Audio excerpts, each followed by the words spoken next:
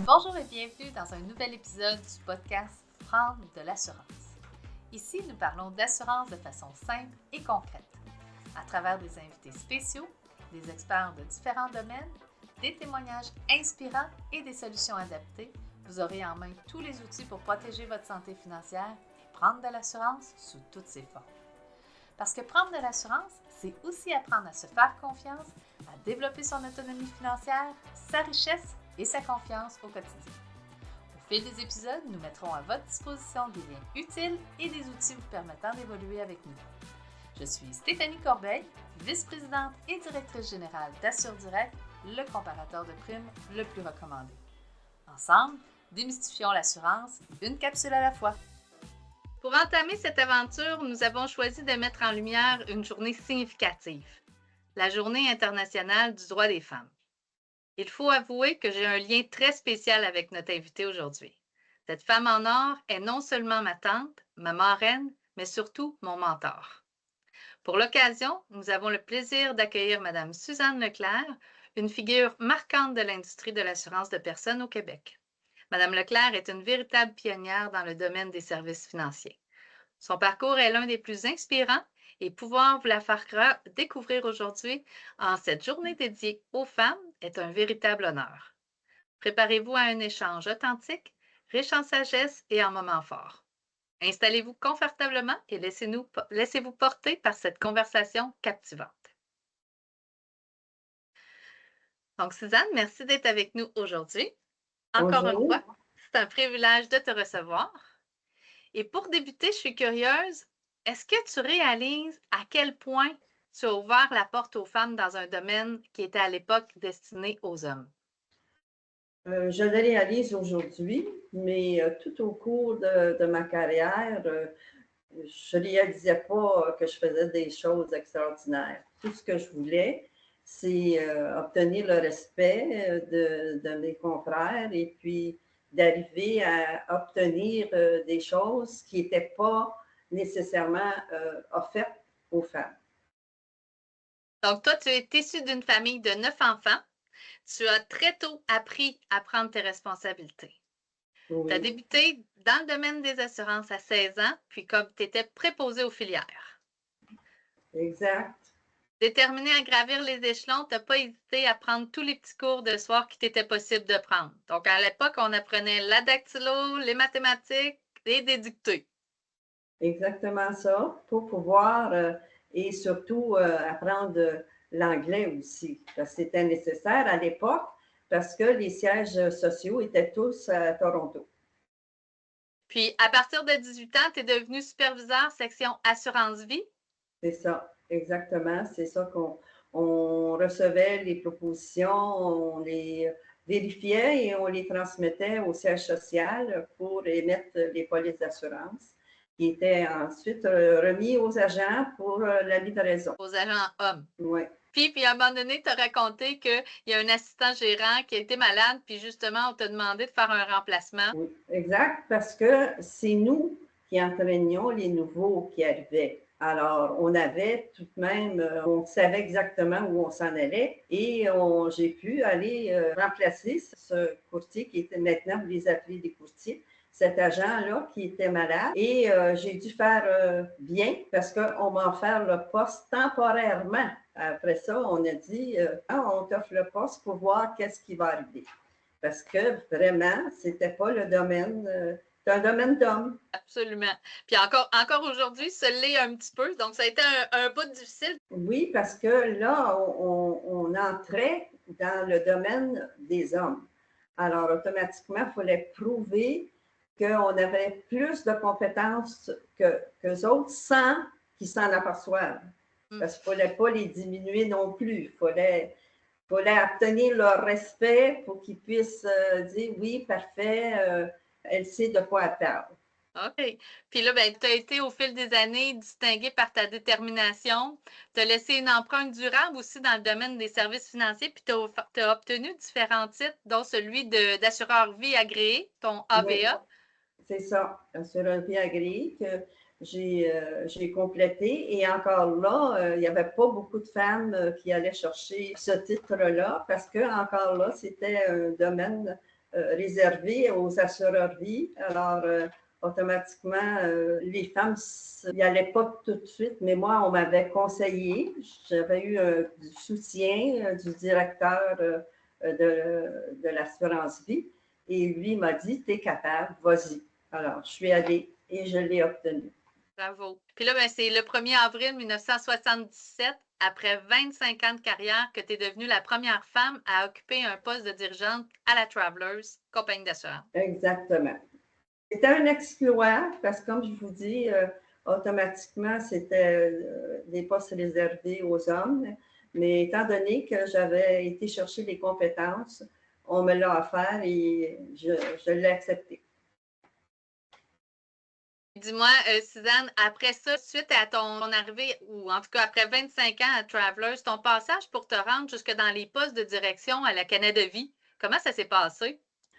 C'est que la compagnie d'assurance Crowd avait décidé qu'au lieu d'avoir un bureau d'administration dans chaque agence, qu'ils voulaient faire un bureau d'administration, un gros bureau, et que toutes les agences se réfèrent à ce bureau-là.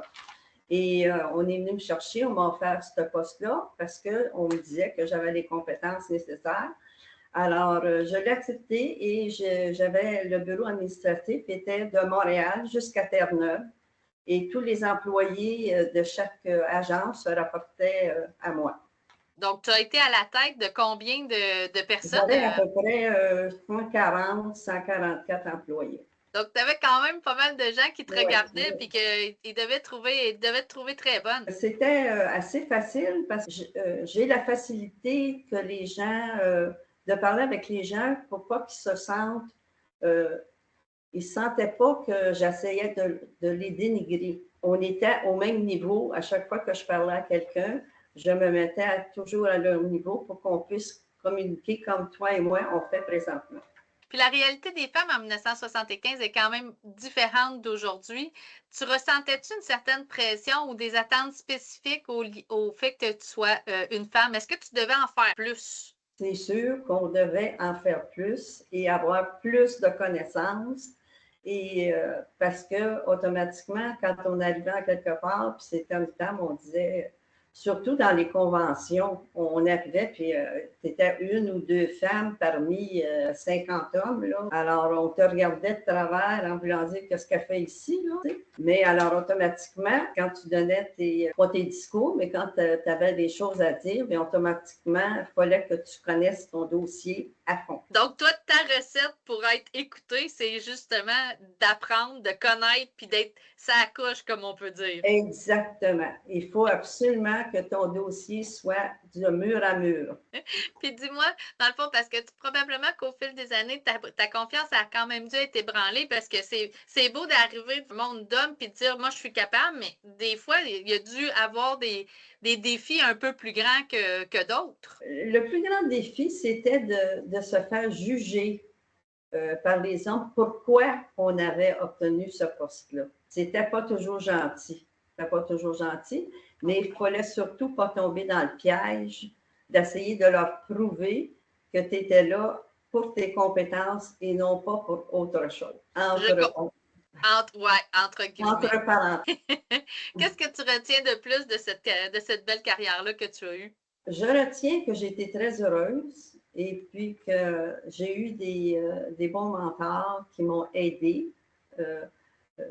Surtout un qui m'a conseillé d'aller chercher mon AVA et que si tu aimes ton travail, si tu aimes ce que tu fais, c'est pas un travail, ça ne devient pas un fardeau, tu es contente d'aller au travail, de rencontrer tes collègues et puis tu t'en retournes chez toi le soir et tu dis, ah, j'ai accompli quelque chose aujourd'hui. C'est très inspirant ce que tu dis là, parce que la passion aujourd'hui, il faut qu'on l'aide dans tout ce qu'on fait. Puis le travail, on y met tellement de temps. Si on n'aime pas ça, c'est là que ça devient un fardeau.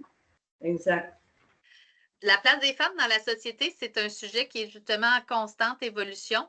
C'est vrai de dire qu'il y a eu des progrès considérables en matière d'éducation, d'emploi, de participation politique. Les femmes occupent de plus en plus des postes de direction puis sont présentes dans différents domaines traditionnellement dominés par les hommes. Donc, les nouvelles générations sont, en tout cas, à mon avis, ce que je remarque, c'est qu'ils sont très allumées, curieuses, puis désireuses de toujours aller plus loin. Selon toi, j'aimerais ça qu'on puisse en discuter. Quelles ont été les avancées les plus marquantes pour les femmes dans les dernières années? Bien, d'abord, je vais commencer par dire pourquoi on a pu faire ces avancées-là. Et moi, ce qui m'a marqué le plus, c'est une dame, Madame Marie-Claire Casgrain, qui était la première femme qui a été élue à l'Assemblée législative du Québec en 1962. Et puis après ça, elle a piloté un projet de loi, la loi 16, adaptée en 1964, qui établissait la capacité juridique des femmes mariées. Ça voulait dire ça, qu'avant, la femme, quand elle se mariait, elle devenait la propriété de son mari. Tout ce qu'elle avait, c'était son mari qui l'avait. À partir de cette journée-là, comme que ma sœur Reine a dit, nous sommes devenus une personne. Et de là, je pense que la femme a pu évoluer, ce qu'elle n'aurait pas pu faire avant. Parce que là, ils sont devenus des avocates. Enfin, tous les métiers et les professions aujourd'hui, les femmes sont là. Oui. Ils font très bien. Et puis, à en juger, parce que je vois aujourd'hui, ils ont des postes haut placés. Oui, absolument. Puis c'est beau à voir. Dis-moi, quel conseil tu donnerais à une jeune femme qui veut justement se développer dans la vie puis dans sa carrière? Bien, je dirais encore une fois d'aller vers quelque chose que tu aimes pour pouvoir que ça ne devienne pas un fardeau, que tu puisses donner ton 100% tout en ayant une place pour ta famille et puis d'être capable de dire quand j'arrive, oh mon Dieu, j'ai passé une belle carrière, je suis heureuse, même avec les hauts et les bas, je le referai, oui, je recommencerai. Super. Donc, Suzanne, tu as ouvert la voie à de nombreuses femmes dans le domaine financier. Moi, la première. Tu as été plus qu'un modèle pour moi. Puis encore aujourd'hui, tu es mon mentor, puis tu es ma source d'inspiration, une force tranquille. Je me rappelle, dès mon jeune âge, je pense que j'avais 14, 15 ans, tu m'as accordé ta confiance, puis ça a été déterminant. Ce parcours m'a mené à de belles opportunités de carrière auprès de Canada Vie, puis finalement mon rôle actuel au sein d'Assure Direct, qui est une filiale de soumissionassurancevie.ca. Ça m'arrive encore très souvent de penser, quand il y a des situations moins faciles, de penser comment que Suzanne réagirait, comment que toi, qu'est-ce que tu ferais. Puis ça m'éclaire énormément. Dans le fond, sans le savoir, tu es comme un peu mon phare dans la carrière, dans la vie en général. Donc, de pallier autorité et bienveillance, je pense que c'est ça un petit peu aussi que je retiens de tout mon parcours avec toi, c'est que tu étais capable de me montrer la voie à suivre. Tu m'as enseigné d'être à ton image, une femme dévouée au service des autres. Dis-moi donc, toi, de ton côté, est-ce qu'il y a un moment où est-ce que tu as été soutenue aussi par une femme? Puis qu'est-ce que ça t'a apporté? Disons qu'au même moment où je poursuivais la montée, si je peux m'exprimer comme ça, j'avais une autre femme de Marc Lafontaine qui était dans l'assurance groupe, l'assurance collective, qui elle aussi menait sa bataille de son côté. Et toutes les deux, ensemble, on a pu devenir directeur presque en même temps. Et Marthe a été obligée d'aller étudier à Hartford. Elle a été ouvrir un bureau à Toronto. À ce moment-là, c'était un privilège pour nous de pouvoir passer à travers tout ça. Mais comme je t'ai dit tout à l'heure, je ne regrette rien. J'ai été très heureuse et puis si c'était à recommencer, je le referais. Ouais. Et comme j'ai dit, mes employés, ils savaient qu'ils pouvaient me tutoyer s'ils voulaient, mais il y avait toujours quand même que je leur dirais la vérité, même si c'était difficile à entendre. Il n'y avait pas de revenez-y. Il fallait que les gens donnent le 100% pour que tout fonctionne à perfection. Oui, effectivement. Et j'en témoigne. Oui. Finalement, Madame Casgrain, ça a été une de tes inspirations de vie de femme. Oui, parce qu'à ce moment-là, imagine tout ce qu'elle a dû être obligée de passer à travers pour faire adopter une telle loi, pour que la femme puisse devenir, qu'elle puisse signer ses documents elle-même, que si elle avait des sous, qu'elle garde ses choses. Alors, pour moi, c'est la première femme que j'ai admirée, vraiment. et qui m'a dit si elle peut, pourquoi pas les autres. Absolument. Bravo pour ça. Je me rappelle que tu m'avais déjà raconté une anecdote qui disait que quand que la femme, elle arrivait à travailler dans sa carrière, puis elle était enceinte, elle avait besoin des Oui. permissions spéciales. Oui, bien, même à ça, c'est qu'au début de ma carrière, si tu te mariais, tu perdais ton poste. La compagnie ne te gardait pas. Après ça, un peu plus tard, ça a été changé. Mais si les femmes étaient enceintes, il fallait qu'ils prouvent qu'il y avait quelqu'un pour garder les enfants et puis tout ça. Mais tout ça, aujourd'hui, vous avez les garderies, vous avez tout ce qu'il vous faut. Alors, il faut remercier ces dames, ces grandes dames-là qui sont bataillées pour nous. Absolument, absolument. Bien, Suzanne, merci. Pas seulement pour aujourd'hui, mais aussi pour toutes ces années où ce que tu m'as inspiré. Ton exemple continue de me guider. Je te le dis souvent. Je suis tellement fière de pouvoir partager ton histoire dans cette journée qui est aussi importante pour les femmes. Tu as ouvert la voie et démontré qu'avec détermination et persévérance, tout est possible, au niveau professionnel qu'au niveau personnel. Oui, c'est vrai. Pour Mais terminer, Suzanne, oui, vas-y.